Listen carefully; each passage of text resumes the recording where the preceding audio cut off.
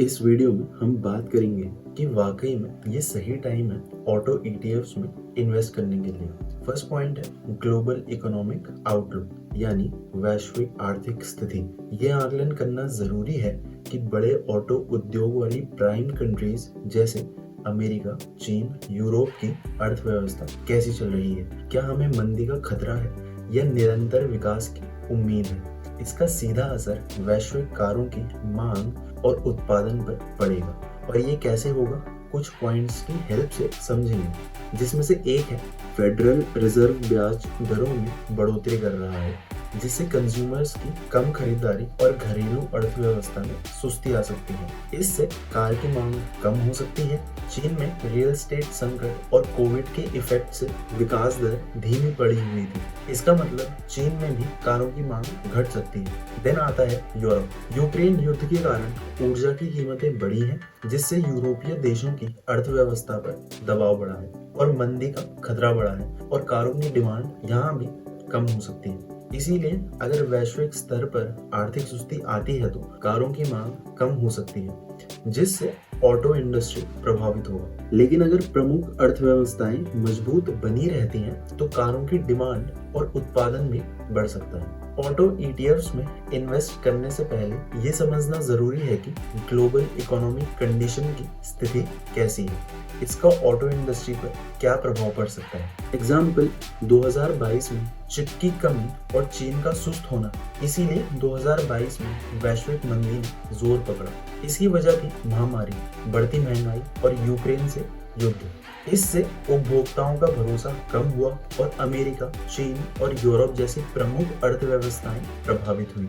Auto industry पर इसका प्रभाव ये पड़ा है कि आर्थिक सुस्ती और वैश्विक चिप की कमी के चलते कारों का उत्पादन बुरी तरह प्रभावित हुआ है। फोर्ड, जनरल मोटर्स और टोयोटा जैसे प्रमुख वाहन निर्माताओं को उत्पादन में कटौती और डिलीवरी में देरी का सामना करना पड़ा। इससे कार्स और वीसीएआर जैसे ऑटो ईटीएफ्स प्रभावित हुए, जो ऑटो इंडस्ट्री की परफॉर्मेंस को ट्रैक करते हैं। दोनों ईटीएफ्स 2022 में काफी गिरे, साल के मध्य में अपने उच्चतम स्तर से गिर गए, क्योंकि कारों की डिमांड और प्रॉफिटेबिलिटी को लेकर चिंताएं बढ़ गई थी। हालांकि 2023 में ग्लोबल चिप की कमी धीरे धीरे कम हुई और कुछ एरियाज में आर्थिक संकेतक में स्थिरता के संकेत दिखाएं। इससे ऑटो स्टॉक्स और ईटीएफ में तेजी आई। एग्जाम्पल ये शो करता है कि ग्लोबल इकोनॉमिक फैक्टर सीधे ऑटो ईटीएफ्स की परफॉर्मेंस को कैसे इफेक्ट कर सकते हैं। ये इस बात को भी रेखांकित करता है कि इन्वेस्टमेंट डिसीजन लेते टाइम इवैल्यूएशन और इन्वेस्टमेंट गोल्स जैसे पॉइंट्स के साथ साथ ऐसे बाहरी फैक्टर्स के बारे में भी सोचना कितना इम्पोर्टेंट है। नेक्स्ट पॉइंट है fuel prices and EV adoption. Fuel की कीमतों और ईवी अपनाने का ऑटो इंडस्ट्री पर क्या असर पड़ सकता है। जरा सोचिए, अगर पेट्रोल और डीजल के दाम लगातार बढ़ते रहे तो क्या होगा। लोगों को ज्यादा पैसे खर्च करने पड़ेंगे, जिससे वो ज्यादा किफायती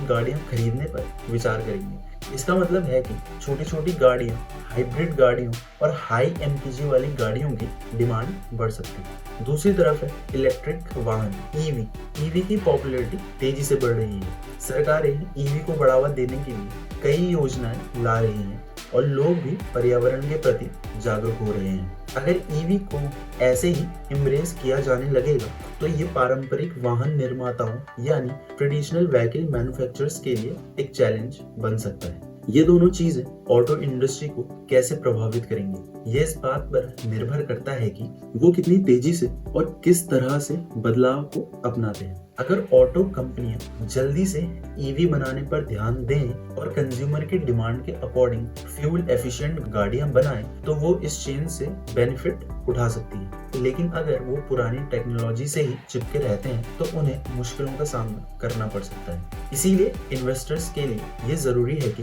वो फ्यूल की कीमतों और ईवी अपनाने के ट्रेंड को ध्यान से देखें और तभी ऑटो ईटीएफ में इन्वेस्ट करने का डिसीजन लें।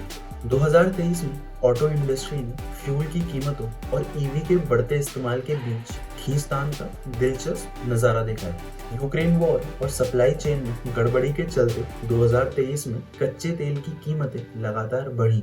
इसका सीधा असर पेट्रोल और डीजल की प्राइसेस पर पड़ा, जो दुनिया भर के पंपों में चढ़ गए। बढ़ती फ्यूल कॉस्ट ने खासकर इंडिया और साउथ ईस्ट एशिया जैसे एरियाज में कम फ्यूल यूजेस वाली कारों की डिमांड में तेजी ला दी है। कॉम्पैक्ट कार्स, हैचबैक और हाई माइलेज वाली सेडान की बिक्री उस टाइम बढ़ी। इस ट्रेंड से मारुति सुजुकी, Hyundai और होंडा जैसे ट्रेडिशनल व्हीकल मैन्युफैक्चरर्स को फायदा हुआ, जिनकी लाइनअप में कम फ्यूल यूजेज वाली गाड़ियां प्राइमरली शामिल है। हालांकि कहानी यही खत्म नहीं होगी, इसके साथ ही ईवी अपनाने की रफ्तार भी तेज हो रही है। सरकारों की तरफ से दिए जा रहे प्रोत्साहन और टेक्नोलॉजी में हुए सुधार ने ईवी को पहले से ज्यादा अट्रैक्टिव बना दिया है। नेक्स्ट पॉइंट है सप्लाई चेन डिस्ट्रप्शन।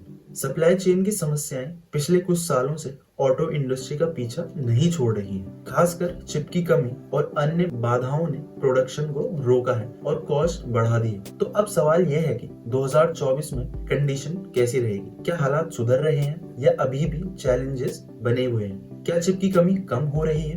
अच्छी खबर यह है कि पिछले साल के मुकाबले चिप की कमी कुछ कम हुई है। सेमीकंडक्टर मैन्युफैक्चरर्स ने प्रोडक्शन बढ़ाया है और बड़े ऑटोमेकर्स ने स्टॉक्स बढ़ाने पर ध्यान दिया है, लेकिन पूरी तरह से कमी अभी खत्म नहीं हुई। खासकर कुछ स्पेसिफिक चिप्स की अभी भी डिमांड बनी हुई है। ये सप्लाई डिमांड के इम्बैलेंस की वजह से हो सकता है और फिर जियोपॉलिटिकल सर्कमस्टांसेस का नतीजा भी हो सकता है। चिप की कमी के अलावा अदर फैक्टर्स भी ऑटो इंडस्ट्रीज को प्रभावित कर रहे हैं, जैसे धातु, प्लास्टिक और रबर जैसे रॉ मटेरियल की कीमतें अभी भी रिलेटिवली ज्यादा ही हैं। ये यूक्रेन वॉर और ग्लोबल इकोनॉमिक सर्कमस्टांसेस का इफेक्ट हो सकता है। शिपिंग की कॉस्ट और बंदरगाहों पर देरी अभी भी कुछ एरियाज में देखी जा रही है। मांग पूरी करने के लिए इनफ व्हीकल्स बनाने में परेशानी हो रही है। इससे डिलीवरी टाइम बढ़ रहे हैं और कस्टमर्स निराश हो रहे हैं। कच्चे माल और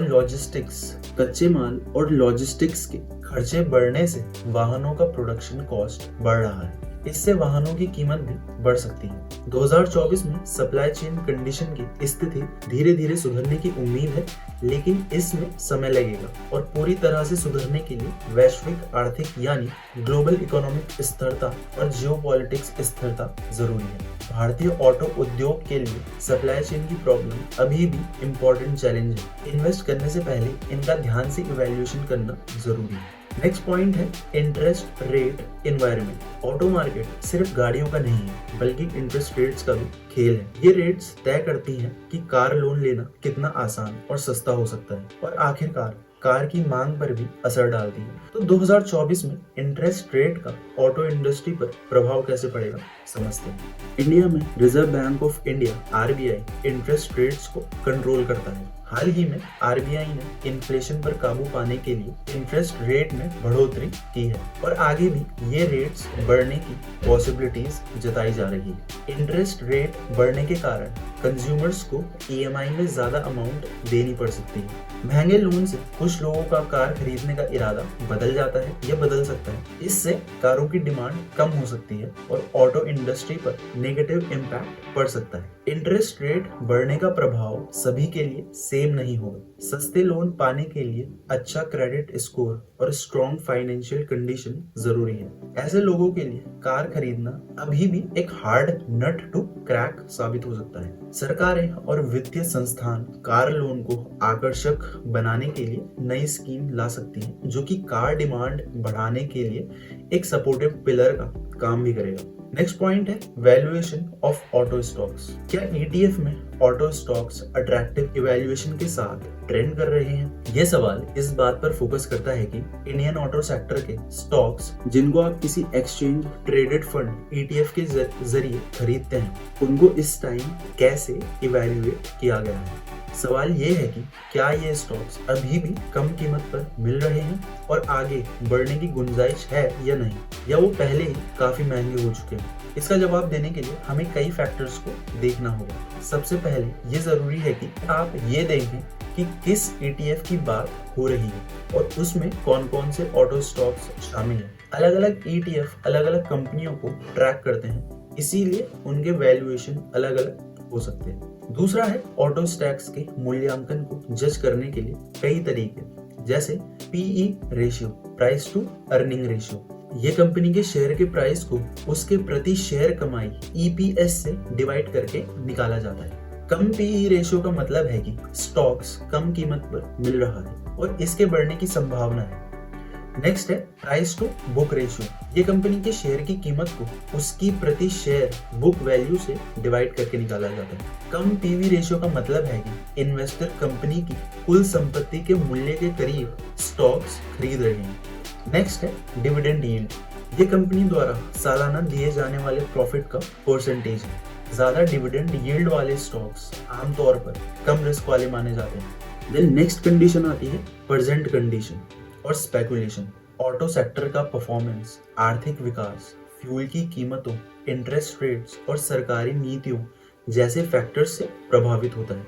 इसीलिए इवैल्यूएशन का आकलन यानी असेसमेंट करते समय इन फैक्टर्स को भी ध्यान में रखना चाहिए। साथ ही ये भी देखना जरूरी है कि एनालिस्ट्स अगले कुछ सालों में ऑटो सेक्टर के कैसा परफॉर्म करने की उम्मीद कर रहे हैं। ये तय करना कि ETF में शामिल ऑटो स्टॉक्स अट्रैक्टिव मूल्यांकन पर ट्रेंड कर रहे हैं या नहीं, ये कॉम्प्लेक्स प्रोसेस है।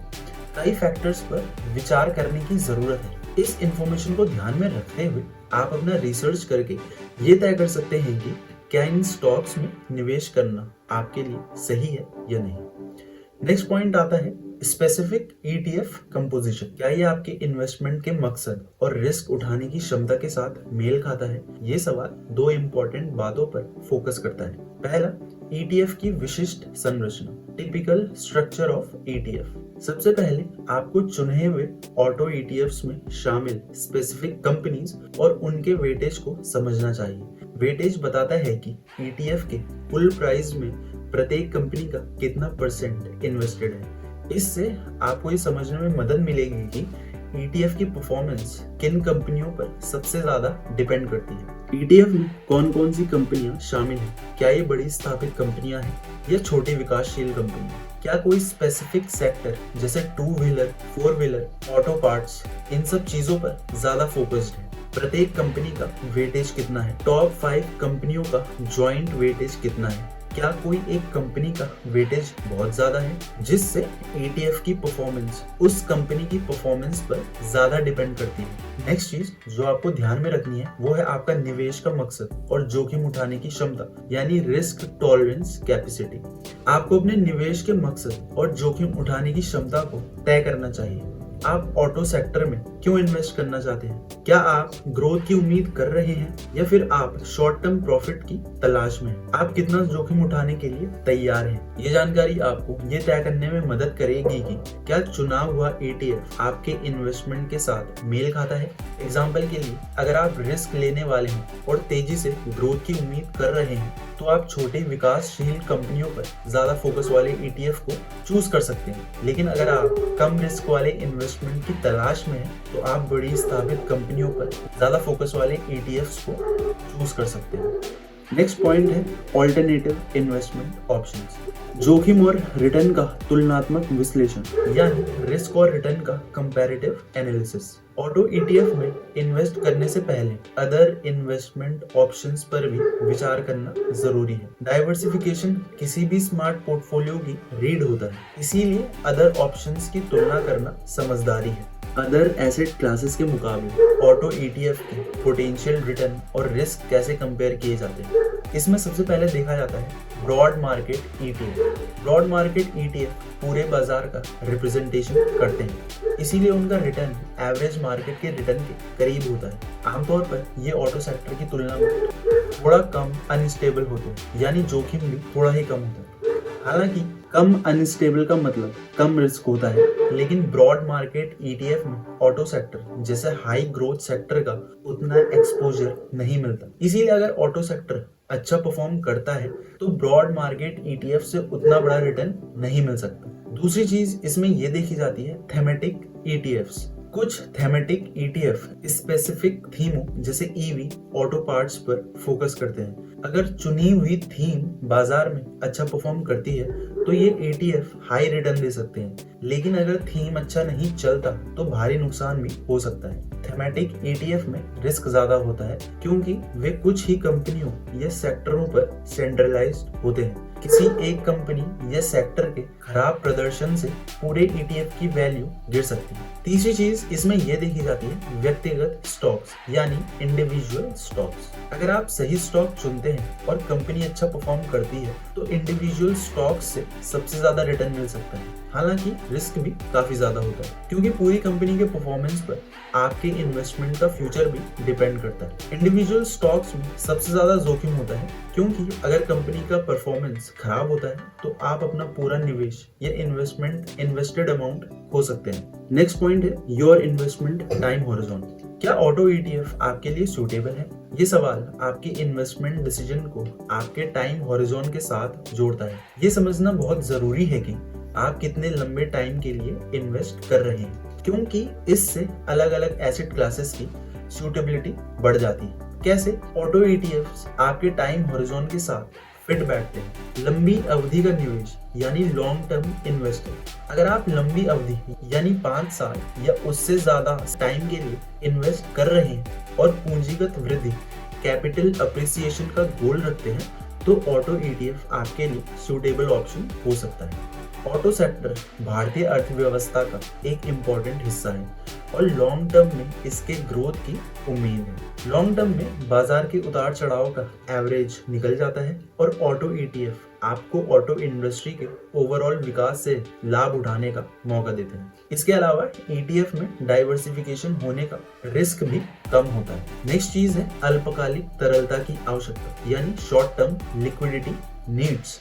अगर आपको निकट भविष्य में 1 से 3 साल के बीच कोई पैसे की जरूरत होने की उम्मीद है तो ऑटो ETF आपके लिए सूटेबल नहीं हो सकता। बाजार शॉर्ट टर्म में अनस्टेबल हो सकता है और आपको नुकसान भी हो सकता है। अगर आपको जल्दी में पैसा निकालने की जरूरत पड़े तो आपको ऑटो ETF सस्ते में बेचना पड़ सकता है, जिससे आपको नुकसान हो सकता है। ऑटो ETF को बेचना भी उतना आसान नहीं होता जितना कि इंडिविजुअल स्टॉक्स को बेचना होता है। दोस्तों, अगर वीडियो पसंद आई हो तो वीडियो को लाइक, शेयर और चैनल को सब्सक्राइब करना ना भूलें।